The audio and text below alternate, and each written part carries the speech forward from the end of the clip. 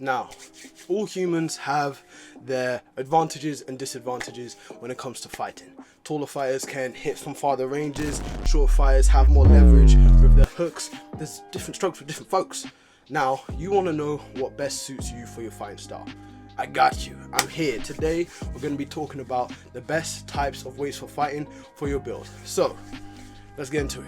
Now, tall, short, young, old. What difference does it make in fighting? Well, when you're taller, you obviously have the range advantage and you can hit people from a farther range while staying somewhat safe, right? A short, stockier fighter, however, has an advantage on the inside because he can leverage his punches better because he has less distance to travel for his arm to get full extension, because he obviously will have smaller arms. Well, not necessarily, some small fighters still have longer arms, but you get the gist of it. Smaller, rotation power, stuff like that, right?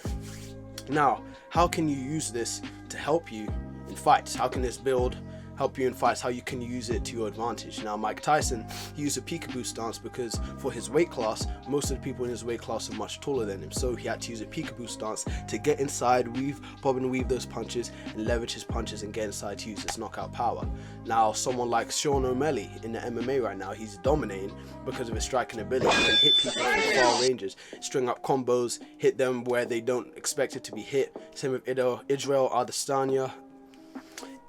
Adesanya, he can hit people, not necessarily from far ranges, but he has that tall, lanky build as well, which is quite good for striking. Not to say that stocky builds aren't good for striking, but stocky builds have a slighter more advantage when it comes to wrestling.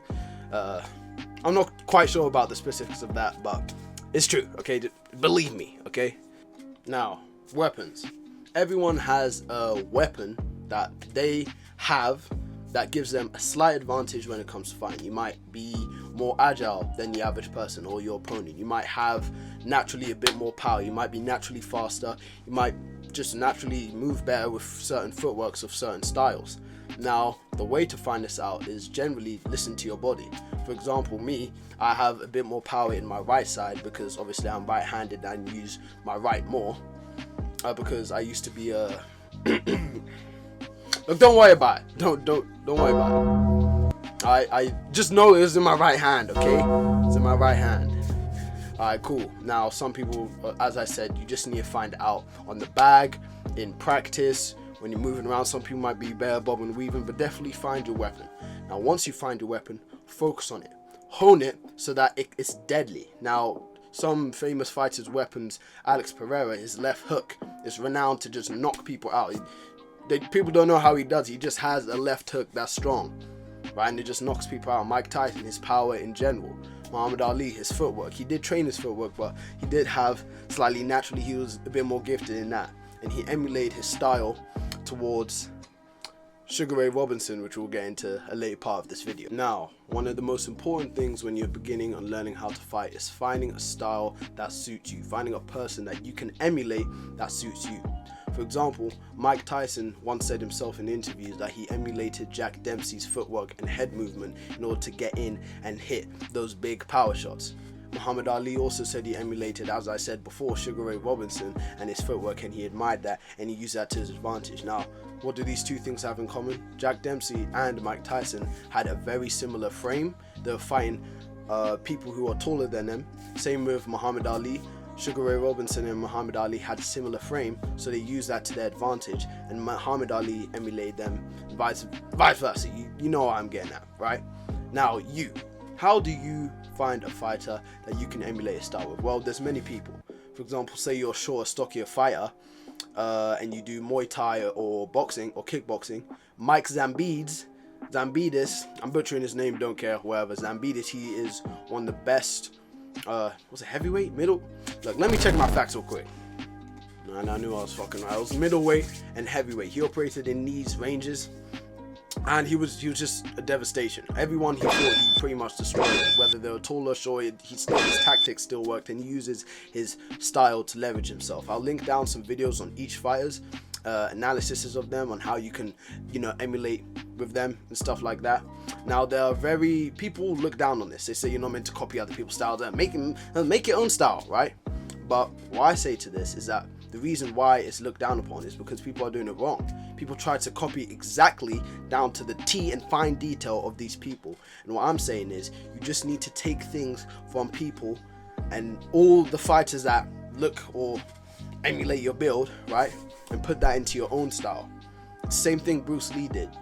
Law 48 of the 48 laws of power: assume formlessness. Take what you need, right? Be like water, adaptable. It's one of the best things you can be as a fighter, adaptable. Floyd Mayweather has an almost perfect boxing defense, because if you notice, in his first 2 rounds of his fights, he usually is actually losing the fight. Not losing in the sense that the person's overpowering him, but in terms of boxing scoring cards, how they score the boxing, he actually loses. But as he's adapting to his opponent, as he's analyzing him, as he's breaking him down, that's when he starts to really get in there and start to break them down, tear them down, and execute his perfect defense. You know what I mean? Now, as I said, I'm gonna say some other people too. If you're tall, lanky, Sean O'Malley is a great fighter. He's lanky, striker. Israel Adesanya. I'll link their analysis below. But that's the basic gist of things. This is just how you can use your build, which is very important in fighting, to your advantage, right? Now, I will say one thing here that is very important. Most people think that just because you're tall or just because you're short, no, just because you're tall in general, you have an advantage, and that might be true. People forget that weight matters significantly more than reach and height. If you are much heavier than your opponent, not only are your bangs are gonna hurt more, right? Also, they're gonna hurt the other person more because they don't have as much weight to protect them. If that makes sense. Look, I'm right, bro. I don't care. Look, that's the end of the video. If you actually enjoyed the video and you think it can help you, then, as I said, hit that like. How you doing this corny YouTube shit, bro? You know what it is. Subscribe if you liked it, but whatever.